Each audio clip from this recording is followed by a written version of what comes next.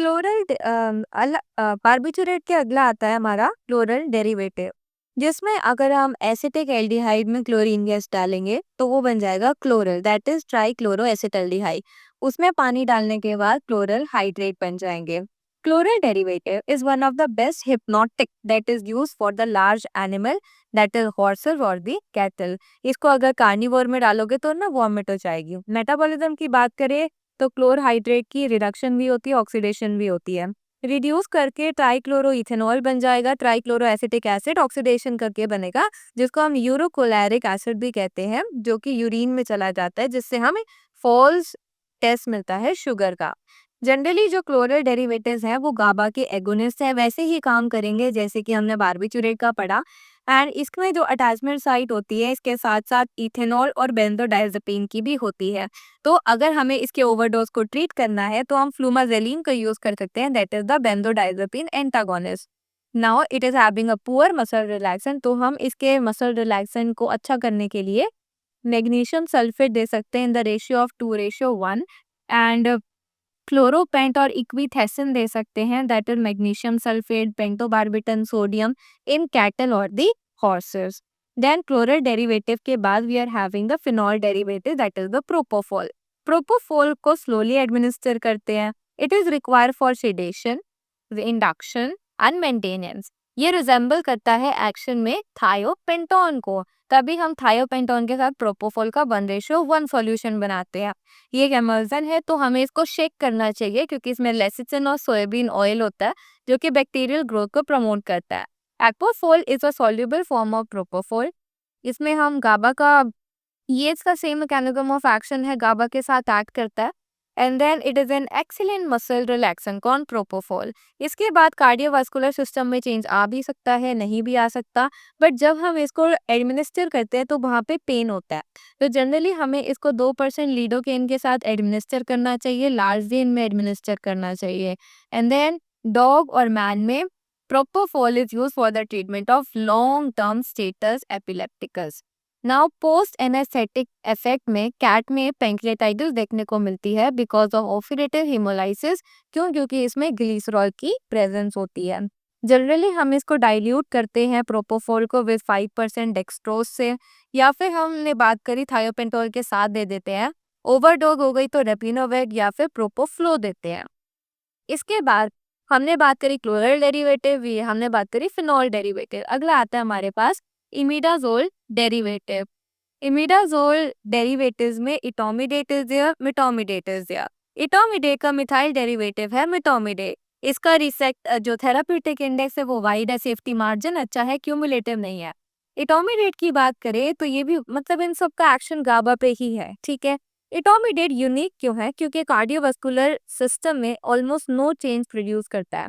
इसका analgesic action कैसे produce होता है? जब एंटी कॉर्टिकोस्टेरॉइड एक्टिविटी ये एनहांस करता है, क्योंकि ये इनहिबिट करता है 11 बीटा हाइड्रोक्सिलेज एंजाइम को, with that is why it is in that is contraindicated in case of adrenal insufficiency.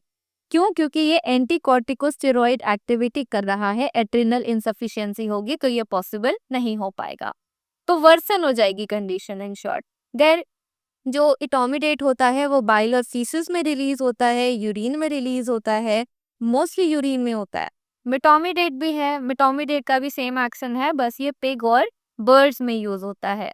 इसके बाद स्टेरॉइड में althesin is there, that is not much important then is benzodiazepine.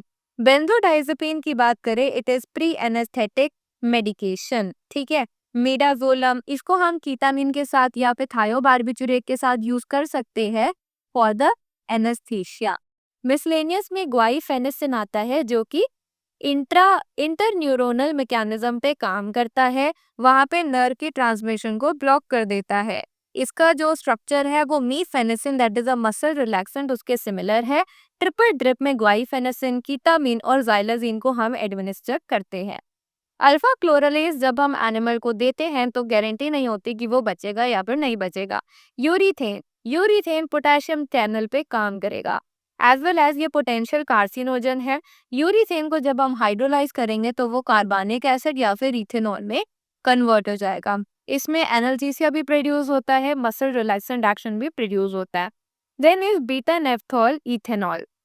Beta naphthol ethanol से आपको याद रखना है ascending anaesthesia, that means spinal cord से लेकर सेरिब्रम तक हमारा जो एनेस्थीसिया है वो जाएगा। बीटा नेफ्थॉल की एनाफिलेक्टिक रिएक्शन की वजह से हमें इसको विड्रॉ करना पड़ा।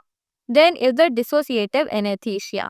डिसोसिएटिव एनेस्थीसिया पेशेंट को डिसोसिएट कर देता है अपनी सराउंडिंग से, जिससे अनरिस्पॉन्सिवनेस, एमनेशिया और एनाल्जेसिया जैसी कंडीशन आती है। कैसे आ रही है, अब हम इसको समझेंगे कि ये थैलेमोकॉर्टिकल या फिर लिम्बिक सिस्टम को डिसोसिएट कर देता है, अवेयरनेस को चेंज कर देता है। डिसोसिएटिव एनेस्थीसिया में वी आर हैविंग फेनसाइक्लिडीन HCl या फिर कीटामिन HCl। अब कीटामिन की बात करें, it is a non competitive antagonist at the NMDA receptor. ये बाइंड कर जाता है फेनसाइक्लिडीन बाइंडिंग साइट पे और ग्लूटामेट को प्रिवेंट करता है। गाबा पे इसका कोई एक्शन नहीं होता। ये डिप्रेस करता है सेंसरी कॉर्टेक्स को मोर, जिसकी वजह से एनाल्जेसिया ज्यादा प्रोड्यूस होता है। It is working on new kappa opioid receptor partly by the NMDA receptor. Catalepsy, अब ये क्या करता है, ऑक्सीजन की डिमांड को ब्रेन में बढ़ा देता है, ब्लड फ्लो बढ़ा देता है, ग्लूकोज की मेटाबॉलिज्म बढ़ा देता है। एड्रीनर्जिक स्टिमुलेशन इंक्रीज हो जाती है because of central stimulation. Now emergency delirium को प्रिवेंट करने के लिए हम देते हैं इमरजेंसी डेलीरियम हो जाता है कई बार, जिसमें एंजियसनेस हो जाती है, vocalization, thrashing, they are prevented जब हम कीटामिन को किसी भी सिडेटिव या फिर ट्रैंकुलाइजर के साथ देंगे। फॉर एग्जांपल जाइलाजिन या फिर ब्यूटोरफिनॉल, जिसमें ड्रोपेरिडोल या अजापिरोन आता है। नाउ मतलब इमरजेंसी डेलीरियम में एनिमल जो होता है वो बेकाबू हो जाता है।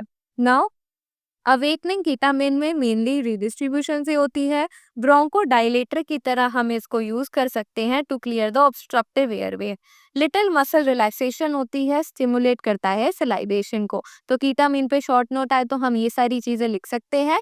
ये सब हमने पढ़ा था किनके बारे में, इंजेक्टेबल एनेस्थेटिक के बारे में। अगले में हम बात करेंगे सिडेटस के बारे में।